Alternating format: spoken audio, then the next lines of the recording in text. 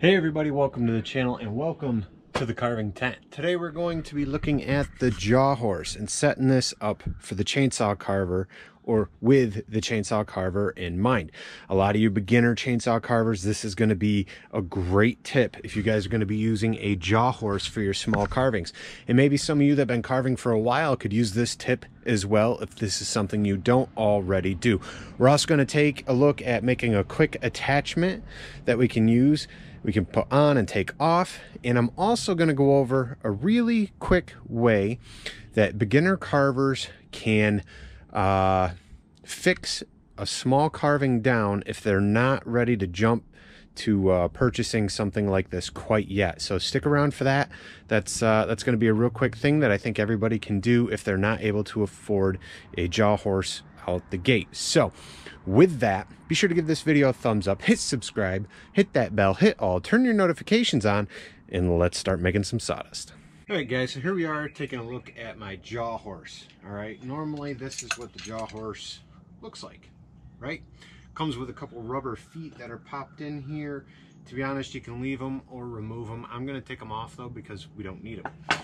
A few things though we're gonna need right up front. You will need some wood, preferably something that's, you know, dimensional 2-inch lumber or rough cut 2-inch lumber. You want to go with that 2-inch so you're giving yourself a little more space here to work with. And if you don't know why, you'll see why when we're done. Now this is the old one I had on here. I've removed that. These are the new pieces we're going to go with. So these are 2-inch thick. It's dimensional, so it's actually like 1.5-inch thick. This is pressure treated. It's leftover from a project I had, so that's why I'm using it. Go cheap. Use leftover stuff. Cut your own with the chainsaw. Use scrap. Use whatever. Something to keep in mind though is the Jawhorse itself, right, is 8 inches wide where it clamps. So we're looking at 8 inches across here, and we want to get boards that are wider than that.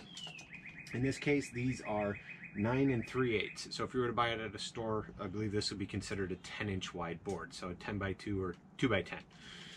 Now, what I've done is I've already pre-cut mine, so they're ready to go, so we don't have to do that. But I'll walk you guys through it so you can cut your own. We'll get down here and let's measure so that we can cut the boards at the right height. Now, if we measure here like this, we're at roughly 3 inches tall. The way I like to screw mine together though, I don't like this top board overlapping. I actually want it the other way, and that's just by preference. So if your board's going to go on top, cut it at 3 inches. If you want your boards to meet like mine, move this one to the edge and now measure to the top of the board, and that puts us at 4 3/4. This is already cut at 4 3/4. This piece is going to come across the top here, this metal. We're trying to make this so we don't hit any metal with our chainsaw and we're able to use this safely. When you measure here, it's about 3 inches. I made mine to 3 1/4. Alright, so they'll sandwich like that. So this covers that whole top metal bracket, like so. We're going to screw them and bolt them together. Now this side, I want the height of the board here to match this one. If you were to cut this shorter and have it overlap this way, you want this board to still be the same height, okay? It should still be the same. Now, because that's not how I'm going to do it, it's off like 1/8 of an inch. But regardless, you want this side to be the same height as this side, even though we're not putting a piece up here. Hopefully this is making sense. So, this is the way mine's going. All right, 4 3/4, 3 1/4. So that means this piece is going to be 4 3/4 as well. So when I slide this in, all right, they match. Now, that's the wood. Those are the cuts, at least to make it fit my Rockwell Jawhorse. Now, if you have a different brand, even if you have this one, I recommend measuring these things for yourself, okay? There's no point in going off my cuts and then yours is off by 1/4 of an inch or even an inch. Who knows? So, come over here, tools and other supplies. I'm going to be using just some glue on the threads of the bolts I'll be using. You can use Loctite, use something on the bolts that we're going to use to put this all together, because There'll be a lot of vibrating when you're grinding and carving and cutting, and the bolts come loose and they fall out, and it's really, really annoying. So put Loctite on those, put super glue, put something on your nuts and bolts so things don't fall apart, okay? All right, so I said I was gonna go over all the tools you'll need. I've got a screw gun, a bit for my screws. I've got a screwdriver and an adjustable wrench for the bolts I'll be using. The bolts I'm using, these are not high strength bolts. These are cheap bolts from Wally World, all right, guys? These are even a flathead screw, like, these aren't, they're cheap, okay? You wanna get yourself 4 bolts, like 8 washers, and obviously 4 nuts for the bolts. You're also gonna need 2 screws that are roughly 2 inches long, 2.5-inch screws. Even 3-inch screws would be fine, but you wanna be like 2.5 to 3-inch long screws. You're going to want a bit to countersink those screws, and you're going to want a bit that's going to be a little bit bigger than the bolts you're going to use. Now, how do you figure out what size bolts you're going to use? If you look at the metal right here on the Jawhorse, I'll bring you guys in close so you can see. We look here at the metal on the Jawhorse. I didn't drill these. These holes are already here, okay? We're going to use those holes to figure out what size bolt we need, right? Or we want to use. I think they're, I don't even know. Let's just measure it, right? I'm gonna go with the smaller ones because I got some smaller bolts. So I think that hole on mine are about 3/8 of an inch. Okay. So you don't need anything crazy. I mean, you guys, the bolt I'm using is about the size of a pencil in girth. Okay. Take a pencil, fits through that hole. Perfect. Get a bolt that fits. That simple. Get 4. 1, 2. Then if you come over here to this side, these ones are a little bit bigger. All right, so I guess you could use 1/4-inch bolts if you wanted, but you don't need them. Get whatever size you want. Pencil size bolts work just fine. That's what I've been using. The next thing you're gonna wanna do though is take the blocks that are gonna be here and here. Grab yourself a sharp pencil. You can even squeeze these together. I'm gonna have to squeeze these together because I'm doing this one-handed. Line your blocks up so you get a little overhang with the metal on each side. Line them up there. Mark through the holes. Okay, come on this side. Mark whatever stinking holes you want to use. I'm just gonna go with the big ones. That's what we're using on the other side. And the pencil fits nice and easy. Okay, cool beans.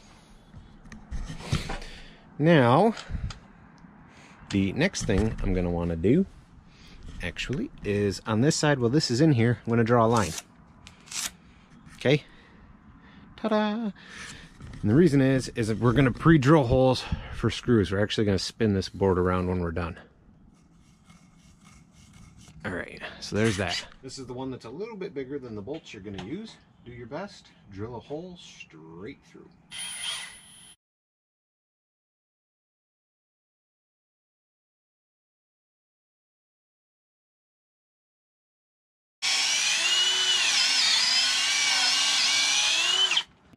We are going to take the one side that has 2 markings, because we marked the top of the Jawhorse and then we drew some holes. So these are the ones to bolt on, these are the ones to screw the top on. All I'm gonna do is put this back in by itself and just kind of not go all the way through, but like 1/4 of the way into the wood here.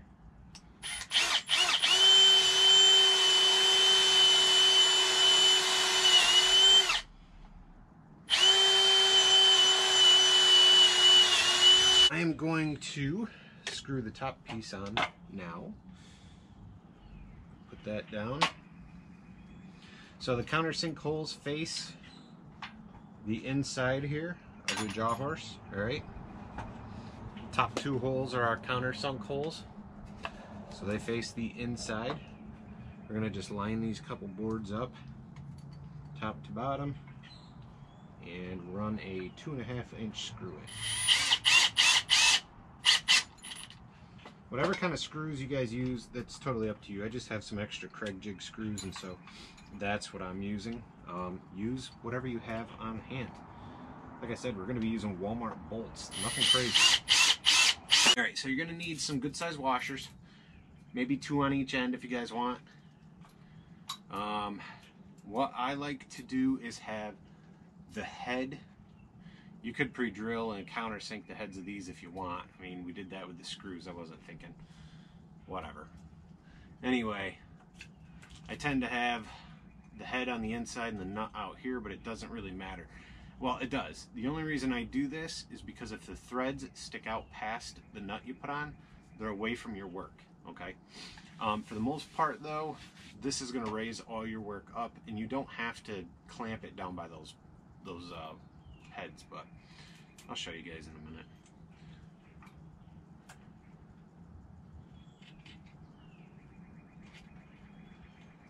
Get our bolts in there, dab some Loctite, super glue, whatever. I'm doing some super glue, it's just what I got on hand. I don't feel like grabbing or looking for my Loctite.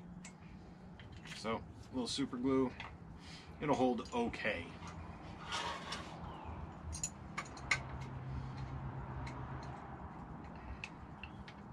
And tighten it down.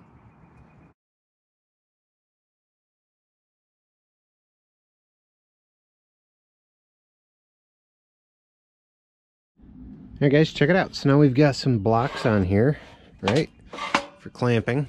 I got sawdust in there, mine's not sliding well. Now what's cool about these is when you're chainsaw carving and you're cutting, you're not going to hit that metal. Look at that gap you got, right? And a gap here where you're not going to hit the metal, the wood's in the way. So let's say you're going to carve something out of here, right? Okay, you can lift it up.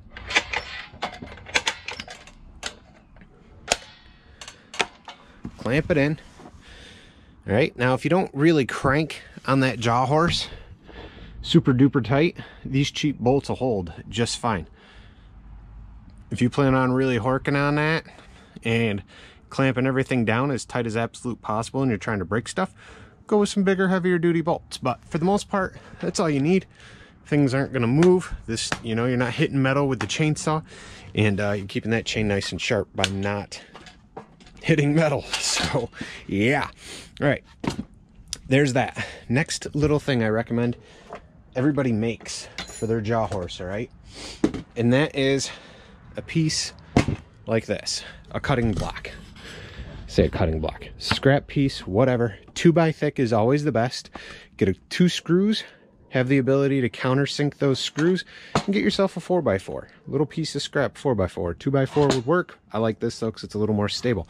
Now this piece is about 12 inches wide here, about 9 inches wide down there. It's just a scrap piece of rough cut. Screw it all together. Put it in the Jawhorse. Clamp that baby down. You can make this as long as you want or as wide as you want, but now it gives you a little tabletop to work on. A tabletop you're not afraid to cut into. And what's nice about this is if you want to be able to carve low on a carving, right? You already did the top and you're like, oh shoot, I got to put detail in down here. Or maybe the carving's super small and you can't put it in the Jawhorse. What you can do is put this off the edge and put a couple screws right up through the bottom. And now this piece will be sturdy here for you to work down here. Now I wouldn't recommend like carving way up high, as there's a lot more force and you could snap your screws. But if you're working down here with your power tools and you're not really gripping a whole lot of stuff, you know, that'll work. So I've got a couple pre-drilled holes over there, and I like to use Timberlock screws. They're more heavy duty than a regular screw. They tend to have, you know, a hex head, or they have like a key star sort of bit head. See, I've got a couple holes over here pre-drilled. Normally it's this corner I screw things onto because it sticks out the most, and then I carve.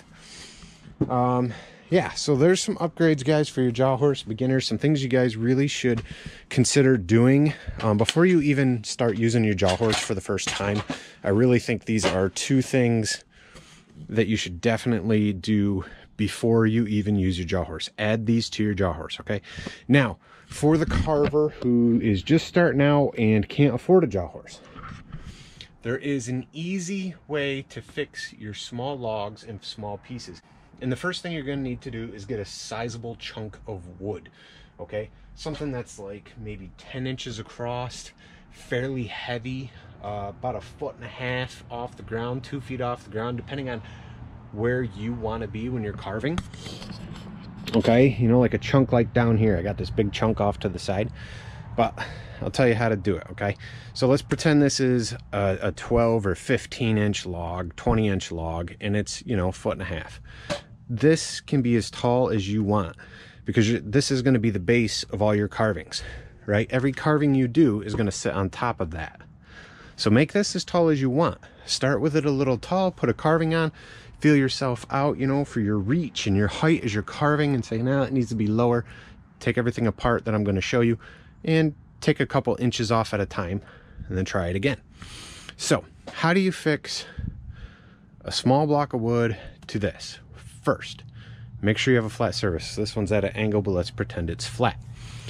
Second, you're going to need 2 boards.